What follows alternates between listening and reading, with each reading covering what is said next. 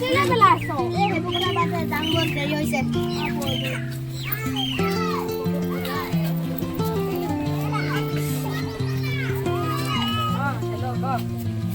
আমাৰ এইফালে গোটেই গছ কাটি এদাই কৰিলে নহয় আমাৰ ঘৰৰ ওচৰতে আছিলে গছজোপা এজোপা কাটিও আম গছজোপা এদাই কৰি পেলালে এই আমাৰ যে বনগাঁও যে 37 নং ঘৰ পাইছোঁ সেইটো অভাৰ ব্ৰিজ নহয় তই আহিলে মানে এইফালে ক'ৰবাতহে পাবিগৈ নুমলীগড়ত নামিবিগৈ বনগাঁও সেইদিনাখন দেই মানুহ এটা আহিছে বনগাঁও নামিম বুলি আহি পানি আমাৰ এইটো নুমলীগড় পালেগৈ নহয় অঁ তই আহিবিচোন এবাৰ হ'ব দে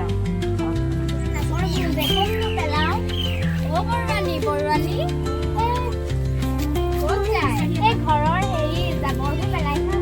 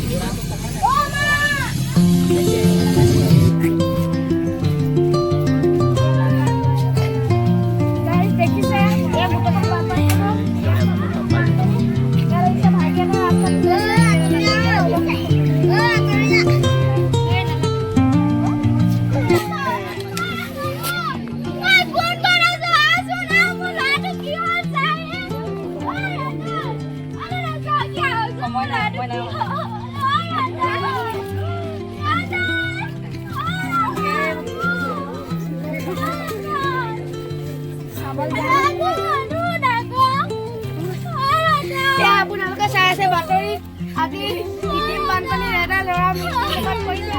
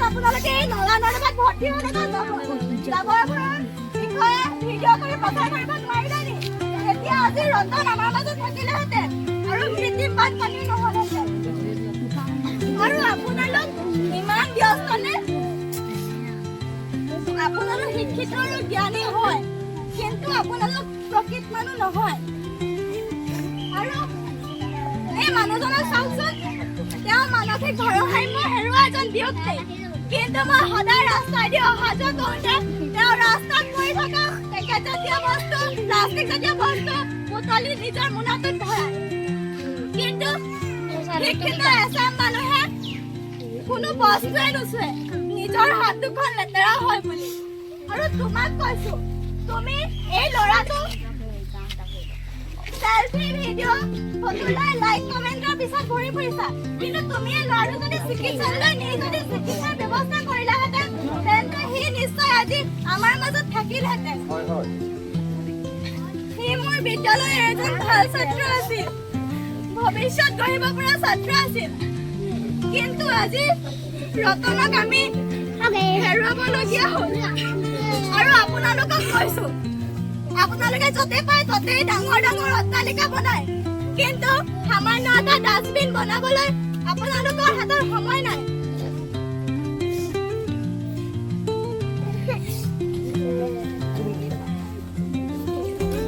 আৰু তোমালোকতো উঠি অহা নৱপ্ৰজন্ম, তোমালোক আমাৰ দেশৰ ধৰণী। তোমালোকে নাজানা নেকি পেলনীয়া বস্তু ক'ত পেলাব লাগে? তোমালোকে তাৰ বিপৰীতে নাক কোচাই গুচি গৈছা। আৰু আমি সকলোৱে এটা কথা জনা উচিত, এটা ভুলৰ বাবে আজি আমি ৰতনক হেৰুৱাবলগীয়া হ'ল। এনেধৰণে জাবৰ-জোথৰ য'তে ত'তে পেলালে, প্লাষ্টিক পেলালে মাটিৰ গুণাগুণ শেষ হৈ যায়। আৰু জাবৰৰ টুকুৰাবোৰ আপোনালোকে নলা-নৰ্দমাত পেলাই নলাই পানী অহা-যোৱা কৰা বাট বন্ধ কৰি কৃত্ৰিম বানপানীৰ সৃষ্টি কৰিছে।